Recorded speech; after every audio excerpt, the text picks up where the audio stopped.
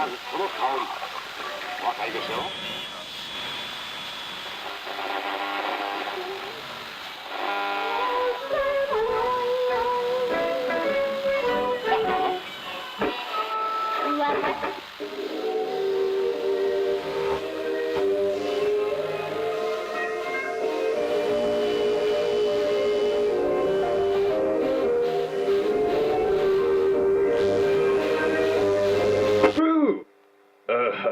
I hope I didn't startle you boys and ghouls, but the fright was somewhat fitting.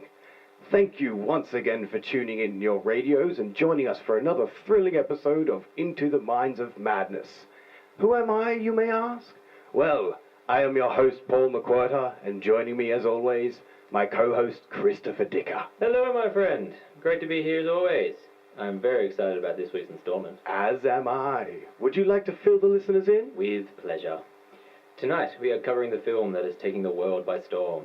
If you haven't seen it, then you've obviously been living under a rock. Of course, we are talking about the smash hit, It Came From Outer Space. What a picture! What a picture indeed! This flick blew me away. I don't like to say this often, but as the kids say, one could easily call this a boss radioactive flick. Wow, what a claim! A well-deserved claim, I will add.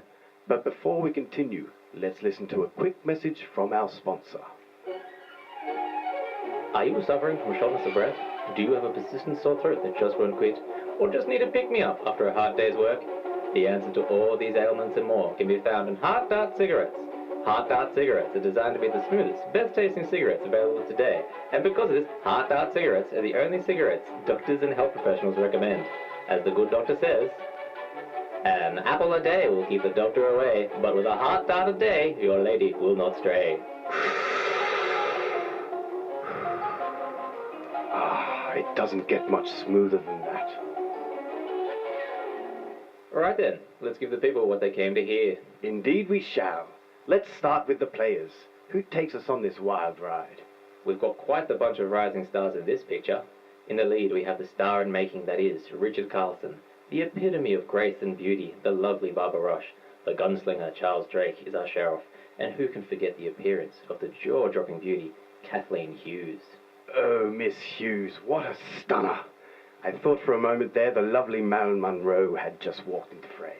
She is quite stunning, and we get the added bonus of witnessing her, along with the rest of the film of course, in mind-boggling 3D. Gripes! I felt like I could almost reach out and grab her. Contain yourself, my friend, though I must say, this new technology does make it quite hard to do so. What an age we live in. Who would have thought we'd be living in a time where a man can enjoy a film in 3 dimensions? Boy, if the eggheads can accomplish such a feat, then what's next? A personal device in which a person can access and watch every film ever made? And it'll be completely portable, small enough to fit in your back pocket. Say no more, my friend. My mind can only take so much wonder. Ha! I doubt we'll live to see that day, unfortunately. But in the meantime, we'll have the works of Jack Arnold to whet our appetite until that day comes. I see big things from this director. As do I. If his next picture is anything like this one, the man will become huge. Indeed he will. Well, I think we've just about covered everything. Would you agree, Paul? Yes, I'd like to think we rather hit the nail on the head, so to speak. Aha! Very well said. Well, with that, I'd like to leave the listeners with a simple piece of advice. May I? Please do. It Came From Outer Space is a film every man, woman, boy, and girl must see. Grab your girl, get in your car, head on down to your nearest passion pit, and take in the 3D spectacle that is It Came From Outer Space. Beautiful. I could not have said it better myself. Well, thank you all for joining us once again as we rant and rave about the newest offerings cinema has to offer. Until next time, see you at the cinema.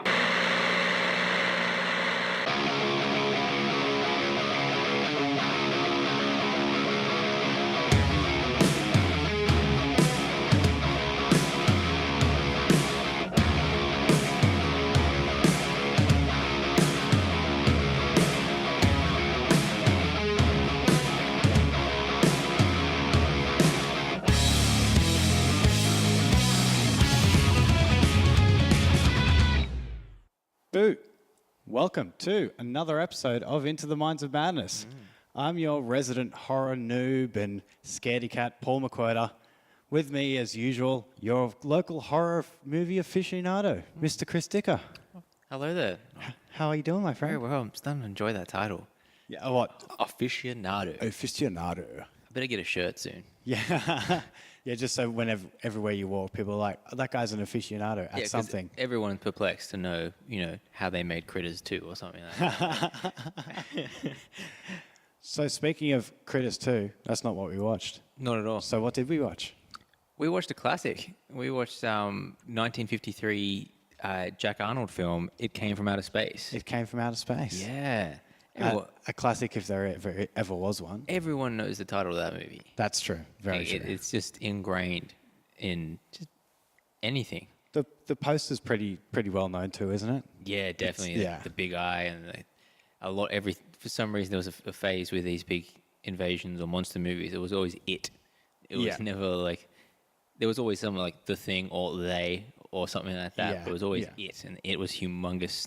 It took up most of the poster title. Yeah, exactly. Yeah, it's almost like they just couldn't be bothered naming it anything, so it's just it. Yeah, Yeah. it's easier for it to just be it. Yeah, and then it's funny how the movie itself, actually the clown has a name. Yeah. which is the strangest part. But everyone always describes it as it. yeah, exactly. It's great. It's great. So versatile. So who'd you say this was? A Jack Arnold film. That's Jack who Arnold directed picture. it. Yeah. What else has he done? He's done some great films. He's done one of my favorites, Creature from the Black Lagoon. Yes. Classic. I haven't seen a lot of his other things yet, but I know he's done a Tarantula, I believe. Okay, About yeah. a giant tarantula, if the title didn't already Oh give yeah. it away. All right, that makes sense. And one I'm dying to see, The Incredible Shrinking Man. Okay. I've seen lots of like behind the scene pictures, and there's like one of my favorite. I'll share. I might put it up on the Facebook or something like that. Share it with you guys. But like, there's the Incredible Shrinking Man. It's the actor, and you see the film crew, but he's over a humongous drain with a pencil that's like 2 times the size of him, holding onto it. So like, oh, it's amazing. That sounds It's so incredible. funny. All right. But yeah. What can we say about this film? Well, but let's just start like why we're covering this movie. Like, some people out there might be thinking, hey, I thought this was a horror podcast. Like, where's the blood? Where's the boobies? Like, well, you kind of have to start from the beginning, I feel. And this is like essential viewing. Like, this is, well, for the next 2 weeks, including this week, we're covering like origins of like tropes and cliches within horror, and I guess with the next 2, like it covers into sci-fi and monster films and Yeah. a whole bunch of things. But yeah, this is a film that just had such an effect on everything. Yeah. You can still see some of the things that they did now in current films. It holds an important aspect of horror, Yeah, and that's why we're definitely. covering it. Definitely. Yeah, especially a classic like this. Oh, and the creature. Yeah. He's pretty cool. Yeah. We had a good laugh. But It's very strange looking. I can say that much. Yeah. It looks like it's something that crawled out of a swamp.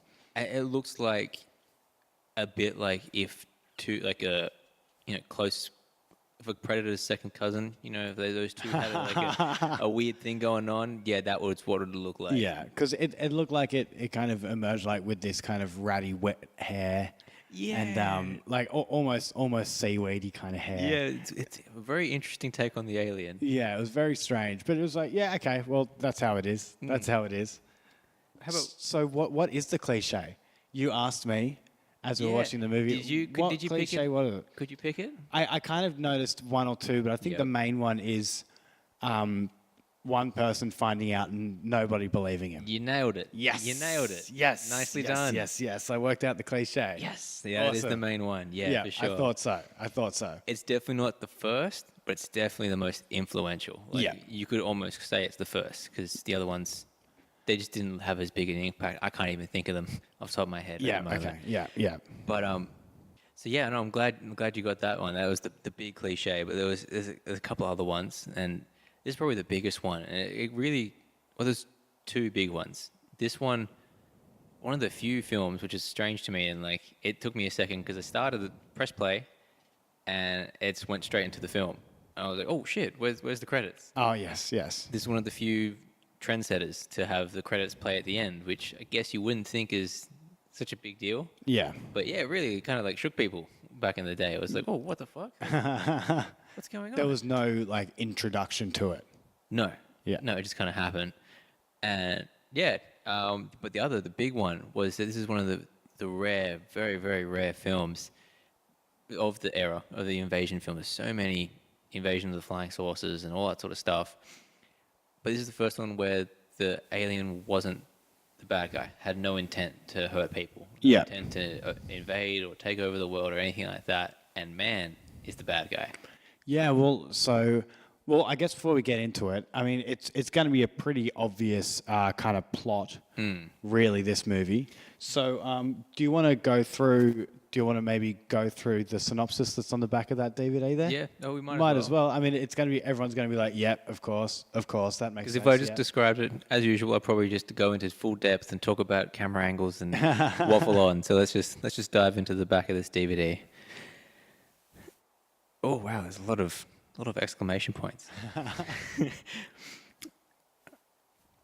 Lost in the greater tranquility of space, amateur astronomer John Putnam, played by Richard Carlson, and his fiancée Ellen Fields, Barbara Rush, are stargazing in the desert when they experience an atmospheric phenomenon. From out of the sky, a spaceship appears and crashes to the ground to be buried in a spectacular landslide, but not before a mysterious creature escapes from the shelter in the darkness. When John reveals his extraordinary story to the town sheriff, Charles Drake, he loses all credibility and respect. However, it is not long before strange things start to happen and cynicism turns to fear. Yeah, we don't need to. We will talk about the rest of that bit at the end. Just waffle on about how great it is and all that. Yeah. You know. I always hate that the last paragraph's like just a quick review. Yeah. And it's not even a review because obviously it's a selling point. It's supposed to Definitely be a selling point, so it's just self-flagellation. So yeah, this is what I was going to say to you at the end of the movie. It was exactly what I expected it to be. Yeah. Exactly. Yeah, and what what you were saying about man doing everything, like two of the aliens get killed. Yeah. Is it one or two? Two. Definitely two. Yeah. No humans get killed. No humans get killed. Some get slightly injured. But it was just it was just nothing terrible. Yeah, there was nothing bad about them. No. he shoots one dead. I'm glad you brought. There was even a moment when he's told to get back. We're not going to hurt you, and he pulls out his gun. Yeah, and smart thinking. And proceeds to walk towards them. Yeah. So dumb. He's like, "But what do you want?" And pulls out a gun and starts walking towards them. What do you want? It's like he just told you what he wants for you to just stay away. He's like, "Be cool. Give me some space. You're being a bit clingy, bro. Yeah. We just met. Yeah. Relax, man. Relax. Let me just work my shit together." Yeah, it was very strange. And I got to admit, I really liked when the alien did turn up. His point of view and just the bubbled lens. Bubble-o vision. Yeah. It's cool. Oh, man, it was great. Yeah, I love bubble vision. Like, it just looked like there was just Vaseline rubbed on the lens. Definitely. I mean, I must admit, very, very strategically, though. From what I understand, it was like a strategically designed like actual bubble over the camera. Oh, really? Hang on, I'll check my facts. I want to get this right. Okay. But all right, quick little. They would blow a formulated tough bubble, as they've said, over the camera lens, and they had to keep them really short, otherwise the bubble would pop. Oh, really? So they have to quickly do it, and film as much as they can until the bubble popped. Well, that's pretty good. There is one point I actually did a scream tally. There were three. Yep. 3 from Barbara Rush, or Ellen. Yep. As her character's name is. The point where she gets taken by the alien. Her like trembling reaction shot as she sees it, like just with the lip quivering and then the scream. Like, that was a pretty long shot with the bubble, I must admit. That was a pretty long shot. So they started doing pretty well with those bubbles. They pulled off some pretty cool shit in this movie. Good on them. I can't say so much about the spider. I was just about to say that. What was the sheriff's name again? I can't remember what it was. Matt. Matt. Like, Matt, what about the spider? Yeah. And it's just a little stick, like a little bit of fishing wire pulling it on the gravel. Yeah. Oh, beautiful. Horrendous. That was so bad. I love it. It's my favorite thing. But and then I guess while we're on the special effects tear, how about when Ellen's clone, kind of alien doppelganger, Yeah. her magic wand laser gun. Yeah, that was an interesting. I'm glad you brought that up. I always forget about that when I watch this movie, but it's a really strange choice. Why the fuck a magic wand? It kind of doesn't make much sense as well. Yeah, and that's kind of the only part you see them being violent. And that's when he guns her down. Yeah. Oh, it's such a great. You don't even see him aim. Like it's all from you're watching, like from her side of view, point of view, I guess. Yeah. And it's just bang, bang, bang, bang. And then suddenly she just, her face just drops. Yeah, cuts to bubble vision. Yeah, bubble vision of, and you see him, and then just cuts to her, and her face just drops, and then she drops. You don't see her drop either. You just hear her fall into You hear the a water. splash, and like, it's a really long drop, but it's quick. Like, oh no, splash. Like, Yeah, pretty much. she heavy. Just like that. But actually, another thing I want to bring, while we're still talking about bubble vision, I guess, it was an interesting choice because you could tell that alien design was going to be way too hard to, have out, and it's be like a razorback moment. It's going to be way too hard to pull off during the day or anything like that. But did you also notice that how it traveled? We also saw its point. It wasn't. They never really showed it in bubble vision, but the shots when they're going across the car, It was like. Do you mean the smoke kind of thing? No, like when there was a couple of shots. There was one where John and Ellen are driving along, and you see it from. It's almost like a helicopter chase. Oh flying along. yes. That's actually the alien traveling through the telephone wires. Oh really? Yeah, that's how it gets around, like in that weird form it's in. Oh. Yeah, it travels along. That's what the was it Frank? Yeah, I think it was Frank. That's what Frank was listening to. Yeah. So yeah, no, it's not explained, but pretty decent way to explain it. Like, yeah. Well, I mean, that's a decent way around it. It'd be nice if they explained it. Oh yeah, it's just like here's a shot. Yeah. Here's another shot. Yeah, no, that was strange, to be honest. Like, that looked really weird. It just looked like almost just like something just getting wiped over the lens as well. Like, I don't know what it was. When they got taken over, like it took over them. Yeah. Yeah, that was weird. Like it almost looked like it was just smoke, but then you could almost see like a hand and like some sort of cloth wrapping around them. It kind of, it was very hard to like, just for your eyes. It was kind of, you just couldn't follow it. You're like, what? You can see that something's happening to them. But I guess this is one of those moments. If it was like colorized, it might have been a bit clearer. Yeah, like that's true. Like there probably, of course, there's a version of it. There's a color version of it out there somewhere. Yeah, it's got to be. Yeah. I don't want to see it. It always looks wrong. That's true. That's true. And it would take away like the error of that kind of film as well. Like it kind of has to look like that. Well, like with the style of acting in it and things like that. It'd just be a bit off otherwise. I got it as a gift. I got the Adam West Batman, the 1966 series on Blu-ray, which amazing. But it's almost like I wish I didn't see it in Blu-ray because you can see every little fold, every little detail. So it's kind of like a lot of these movies. I'm happy to get them on DVD because I don't want to see. You know the spider's fake. You can tell that there's fishing wire, but I don't want to see the fishing wire. Yeah. Yeah. But as long as you can't see it. Yeah, it's a lot easier just to like suspend your disbelief for that second. You can get past it really quick. Yeah, well, it makes it a lot easier to get past it. maybe not quickly, but it is easier. Oh, I got another first. This was the first 3D Universal film. This film was in 3D. Oh, really? Yeah. Maybe that's why when you see it bubble vision and shit. Yeah, the bubble vision. Oh my god. I didn't even think of that. Yeah. Oh, I need to watch it in 3D now. Yeah. Oh my goodness. Wow. Okay. Well, we just had a bit of a revelation then. Maybe we need a second let that sink in. How weird is it to know? How much cooler is bubble vision now? I already loved it. It's like Dynamation or something like that. Yeah. But I always think it's crazy. Not quite smell-o-vision. Not quite smell-o-vision. We're not there yet. One day. Soon enough. Man, zombie movies would just be totally different. No thanks. I'm all right. Yeah. Yeah, I don't need to smell that. No. I don't need to smell Norman Reedus. No. Cool. But how weird is it that this was from 1953 and 3D was happening? Like, yeah. It's nowhere near what we've got now, of course. It's still like, the red and blue glasses and stuff.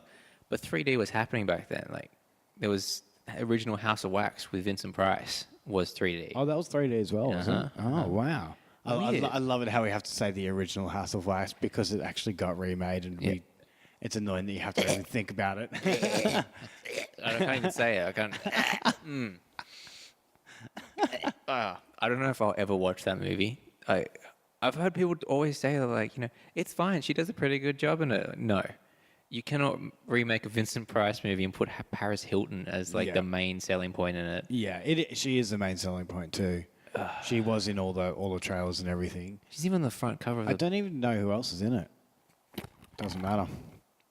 I was just going to say we'll cross that bridge when we get to it, but we're never crossing that bridge. Who knows? We're never going to get to that bridge. If we get desperate enough, we're like, oh, fuck, we need Urban Legends 3. But then again, it probably will get brought up again on this podcast, though, I must admit. Yeah, I love talking shit on House of Wax because I actually have seen it. So oh, you have seen it? Yeah. I saw it in the movies, man. Oh, man. I'm perfect age for that. Wow. Yeah. I saw it with a group of my high school friends. Oh, so it was like 5 or 6 of us. That's pretty cool. It's one of those movies. I guess you had to go with your high school buddies. Like Snakes on a Plane. I just went with a posse of people. Yeah, and just we knew exactly what was pissing ourselves. I remember when the movie ended, and they're fucking surfing. Like I have never cried laughing harder. Oh my god! I've never seen it. No, I've never seen it. Oh my god! I almost fell off my chair, listeners. All right, that we'll have to watch Snakes on a Plane. All right. I can't believe you haven't seen Snakes on I can forgive Jaws and all that other stuff, but Snakes on a motherfucking plane? No, I haven't. I just haven't. I mean, it's not like I'm okay. It's not like I'm like, oh my god, I couldn't even watch that as a joke. But no, I just haven't gotten around to it. It is hilarious. I mean, I've seen Sharknado and stuff. I'm not averse to watching something like that. Oh yeah, no, I'm not averse to it. Shit, all right. Maybe a little special. All right, cool. Maybe. Okay, anyway. Let's get back on waffling. Let's get back to some good stuff. It came from outer space. I want to talk about, this was based on a Ray Bradbury novel. Mm-hmm. And I've found it an interesting fact, and you could probably notice it. I wonder if you could as well. There's a couple moments where the dialogue is pretty normal for a 50s film. It's it does its job. But there was a couple moments. There's a lot of Italians in it. Yeah. She needs to be in school, Matt. Yeah. No. Sorry, his actual John. words was, she needs to have a job, Matt. Yeah. But there was a couple of moments where it would almost sound really well scripted. Did you notice that? Like went the these prose. wheels. Yeah, it went to prose. Like Orca last week, actually. Mm-hmm. That's very strange. Yeah. But you notice it was out of nowhere. Like Frank he was talking about listening to the weird noises in the telephone line. Yeah, that's true. Yeah. It's because even though his name was Harry Essex, he was wrote the script for it, wrote the screenplay. Oh, it was okay. But majority of it was lifted from Ray Bradbury's novel. Yeah. So that's why there's so many moments where he's just like, I can't fix this. I can't make this any better. Fuck it. I'll just put Ray's work straight into it. Well, when we see the spider as well, that was a bit of prose as well. Yeah. About wanting to kill what you don't understand. Yeah. Yeah. I don't know. If it was any other movie, I would have been like, oh, that's a bit on the nose. Yeah. You can't just shift gears that quick. Yeah. But yeah. Well, I got to admit, I think that kind of prosy stuff, some of it's really stuck out like a sore thumb in Orca. Yeah. But some of it fit really well. And this one kind of just sits in the middle. It's almost just kind of passable. Like, it doesn't jump out too badly at you, but it's not... It's still not very seameless, though. Like, thankfully, there's no, like, music sting or dramatic, that's true. A Dutch angle or something like that. Yeah, I mean, that were the points that stuck out in Orca, the pretty much narration parts of prose. But then there were other points where the actors were actually acting out that bit of prose, and that fit perfectly. That was seamless. But then in this one definitely wasn't seamless, but it wasn't so obvious and glaring. Yeah, it definitely, it kind of, you couldn't tell it was about to happen, but when it did happen, it was like, okay, that wasn't too jarring. Yeah. I'll accept it. Yeah, you kind of just move past it and it's fine. Yeah. But yeah. So yeah, no, that was passable. I'll give it that. Well, I wanted to ask you, did you have a favorite character at all? Oh, that's a good question. Like, usually in these kind of movies, like I can't stand the lead, like trying to convince everybody and all that sort of stuff. Yeah. But I quite like John. They're always pretty cool. But was it Pete? Yes. You were going to say the same, Yeah. weren't you? Yeah. Like, actually, when I thought about it, I was like, Pete's my favorite character. And then I think of all the other characters. I'm just like, Pete's kind of like the only character.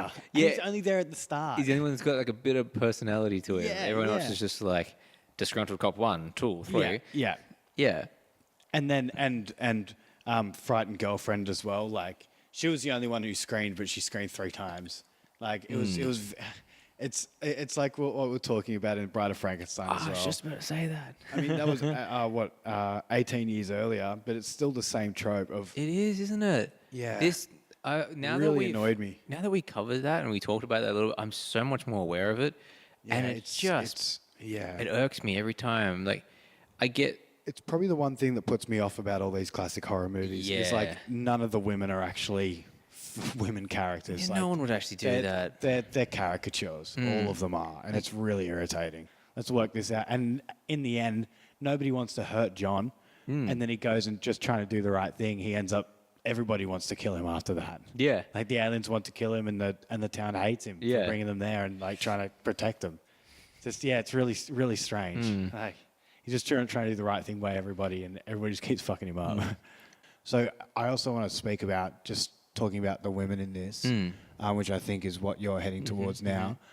Kathleen Hughes, she is credited as the sixth star down And it was on the cast list. Yeah, played a character called June. And who was Frank? No, George. George. George's girlfriend or Yeah. wife. She has maybe 3 or 4 lines in it. Less lines than some other people in it. She's a blonde, kind of Marilyn Monroe kind of looking kind of woman. Very pretty. But they credit her as 6. She's got like 4 lines in it, and it's almost. And she's also on the poster. Yeah, she's on the poster, and it's literally just so they could have another good-looking woman on the cover of the I thing. really don't know who she is, to be honest, either. but I guess she was pretty big. Yeah, okay. Yeah, she's known for it came from outer space. Like, how? Yeah, I can understand. You know, there's movies, there's cult movies, and as a character will get latched onto because like the fans will see something in there. yeah. What do you see in that? There's I don't nothing know. in that role No, at all. It's literally just casting for a look. So it's and just the way that they obviously that they've marketed her as well and put her as the 6th person on the cast list. And even at the end with the credits, we get like the stars. They get a little snippet of video with the name underneath. She gets one as well. Yeah. In a totally different outfit. Yeah, and she's only in one scene, and the scene she's in, so it's Frank's wife and George's wife or girlfriend, who this woman that we're talking about is. Frank's wife has more lines in it than she does. Yeah. In this one scene. More depth. And she's like- more appropriate. Yeah, exactly, and so there's no point in this woman being there at all for the story. And she makes how they've written her makes no sense because she's supposed to be concerned for George, and she's like hitting on John. Yeah, as she's leaving, she's hitting on John. Even it's the way she's talking to him, she's flirting with she him. like It's- rests her arms on the and like desk yeah, and getting the chest very, out a very little bit. suggestively. Why? It's just there's no reason, and John doesn't respond to it one little bit. So it's like, what's the point? Yeah, I just you can tell it's someone. You know, we got to get a blonde bombshell in here. She's got to have a couple of lines. We've got to do it. I hate it when it was forced into it. Yeah, it makes no sense. Yeah. It makes no sense. What else can we say about this movie, other than the trail that the alien left? Yeah, It looked like just golden glitter. Yeah, Like it was a weird. like a really poor yellow brick road. Really strange. And why did it disappear at one point when he was looking at it? I guess it's one of those things where it's just someone in the writer's room were like, how do we get rid of the trail? Like, how do we explain that? And it's like, hey, guys, I got it. No, can I just say, I honestly thought that you were just going to say, honestly thought that you were going to try and explain it to me. I'm just like, don't try and fucking explain it to me, dude. I'm not going to explain to you disappearing glitter. I think it was just like, It's kind of like Rick and Morty's portal gun. It's a way out of a way Just out of easier something. that way. Yeah, definitely. But like, I didn't see why it had to disappear anyway. Why did it have to disappear? It doesn't. It definitely shows its time, its age, but which also I know we talked about it before pisses me off because we see this all the fucking time. Like we see these tropes happen still. Yeah, and like Why? gaping plot holes. Yeah, and just the one thing also that what drives me nuts about these kind of, even though this one I love, I really do enjoy this. How can you not enjoy it? It's fun. But when the person is trying to convince them that something happens, just take a deep breath, stop being hysterical, stop saying things like alien and ship. Say, I saw something in there, please follow me. Or just get a fucking shovel, man. Stop digging yourself. Yeah, he calls up an old doctor friend or something like that to an hour. Yeah, what's a doctor gonna do? He's not gonna pick up a shovel and It's help you. hot. He doesn't. It's full of dirt. He's got his best suit on. He doesn't want to be digging around. Come on, John. Stop looking in the stars. As he's told countless times in this movie. It's a stargazer. Yeah. Oh, here's our stargazer now. Just because he's an astronomer. And he's got a big fuck-off telescope. Oh, man. I think I said it. It looked like a fucking cannon. Yeah, it looks like a rocket launcher. All I could hear was like... beep, beep, beep, beep, beep. When I thought he was going to jump on it and just like ride away. Fucking crazy. I kind of pictured like as soon as Ellen walked inside to like get the ride, he's like turns and like shooting at the meteor. I thought you were going to just be like, pew, pew, pew, like pretend shooting. Then he scares himself. He just scampers back inside and just holds himself to Ellen like, hold me. Hold me, Helen. Oh, goodness. That was, yeah. It came from outer space. Yeah. 953. Fun one. Classic. Yeah, did you enjoy it, man? Did you like it? Yeah, it was fine. It was fine. You're not going to watch it again, though, are you? Probably not. Exactly. It was fine. Like I liked it. It was fine. I've got, like I said, it was exactly what I expected. Yep. It was over and done with before I even kind of realized we were watching it. Yeah. It felt pretty quick. That's it. Like a quick punch. There's a film. Yeah, There's your alien story. I'm glad I watched it. There's It's a no- classic that I've gotten out of the way now. There's no just deep. tick it off. There's no deep meaning for it. Like there's going to be you could definitely apply it to, people. It's of the time, Cold War and all that sort of stuff. Like they think people are going to come over. They tried to have a deep meaning to it, like being like, us humans, when we don't understand it, we just want to fight it. And that came across pretty blatantly. It's on the surface. It's very on the surface. Yeah, we don't have to look too far. And Yes. He says it out loud right at the end before the credits roll. yeah, true. Like, here's the moral of the story. Goodbye. Like, Drive safely now. yeah, pretty much. Yeah, exactly. So as simple as that. Yeah, that's. I think In you that just said it Arizona perfectly. twang. I think you said it perfect. It's a simple film. Yeah. And I would say if I had to give it any sort of rating, I'm not going to give it a 5 or any of that kind of, 2 ticks or anything like that. I just say How hard would you recommend it? essential.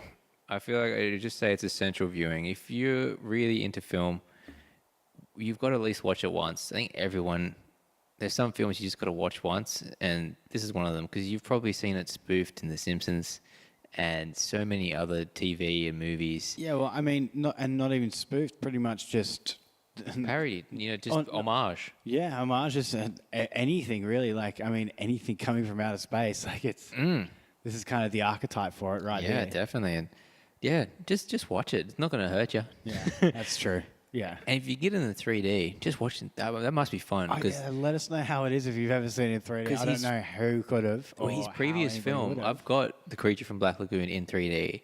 It came out perfect. It looks so good. Really? Yeah. It was really cool. Oh, wow. So I'm kind of really would love to see this in 3D. All right, if anybody's got that in 3D, let us know. Just send me a link. Just let me know. I need to see it. That is awesome. That is really exciting, actually. It's pretty cool. Well, yeah, maybe we'll visit Jack Arnold's work again, and we might watch 3D Creature from the Black Lagoon. Awesome. That sounds good. That sounds exciting. Always happy to watch that movie. Well, so because we are doing a double trope week. Yes. So that trope was a man finding something and nobody believing him. Definitely. Yep. That's the trope for this week. Next week, what are we covering, Chris? Ooh, I'm excited.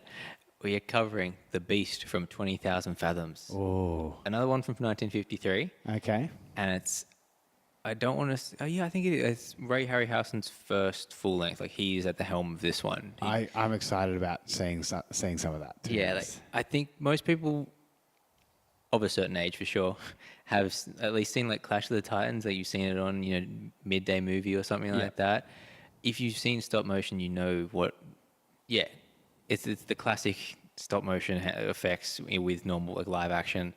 I just could gush and gush and gush. I really like Harry. exciting. Yeah, sorry, Awesome. getting excited. Talking like Star Wars or something like that. Yeah. Oh. All right. Yeah. Put the lid on it. Put the lid on it. We just watched the Star Wars trailer just a couple of days ago, so it's something to look forward to. We will talk about that. We've got lots to look forward to this year. There's so much to look forward to this year. I'm just a little bit overwhelmed at the moment. Yeah. Anyway, I have to organise my year better if I'm going to be able to watch all this stuff without it getting spoiled for me. yeah, I did say recently that I'd try and do some more recommendations, but I can't think of anything for this one. We're going to cover the next one, I guess, which is Beast from 20,000 Fathoms. I guess they're the relations there, like they're the recommendations. If I'm going to recommend anything, just watch Jack Arnold's monster movies. Go back and watch Tarantula and fucking Incredible Shrinking Man, and then just go down that rabbit hole. Watch them. Well, there's a movie about giant ants. Watch it. It just sounds like fun. Done. Like, see, that's all you need to when it's just essential viewing. It's just like watch it. You don't need to know my opinion. Just watch it. They're fun. Not something about a 50s monster movie. Yeah. The effects are crap and everything. It's so much fun. All right. Awesome. Well, we'll see you in a couple of weeks, everybody. Mm-hmm. Thanks again for listening. Really appreciate it. Thanks to James for helping us with all the editing. Yeah, thanks. It's been a huge undertaking, especially this episode. Yeah. Oh. Yeah.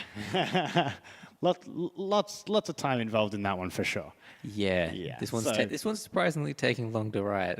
Big shout out to James. We love you, man. My wonderful housemate James. You sweet boy. Thanks to Gay Paris for the theme song. Yep, thank you. We'll probably only be using that for a little while longer because James is going to write us the theme song. And hopefully, just like this soundtrack, full of theremin. Theremin! Lots of theremin. That's what we're hoping for. Yeah, I just wish I could have in a corner shop. I mean, it's like the beep thing when you walk in. Like, I wish I could have a theremin on each of my doors. It's just like, ooh, who's coming in? All right, guys. We'll leave you on that. Thanks again for listening. We'll see you in a couple of weeks. Take it easy. Rest in horror, everybody. Woo!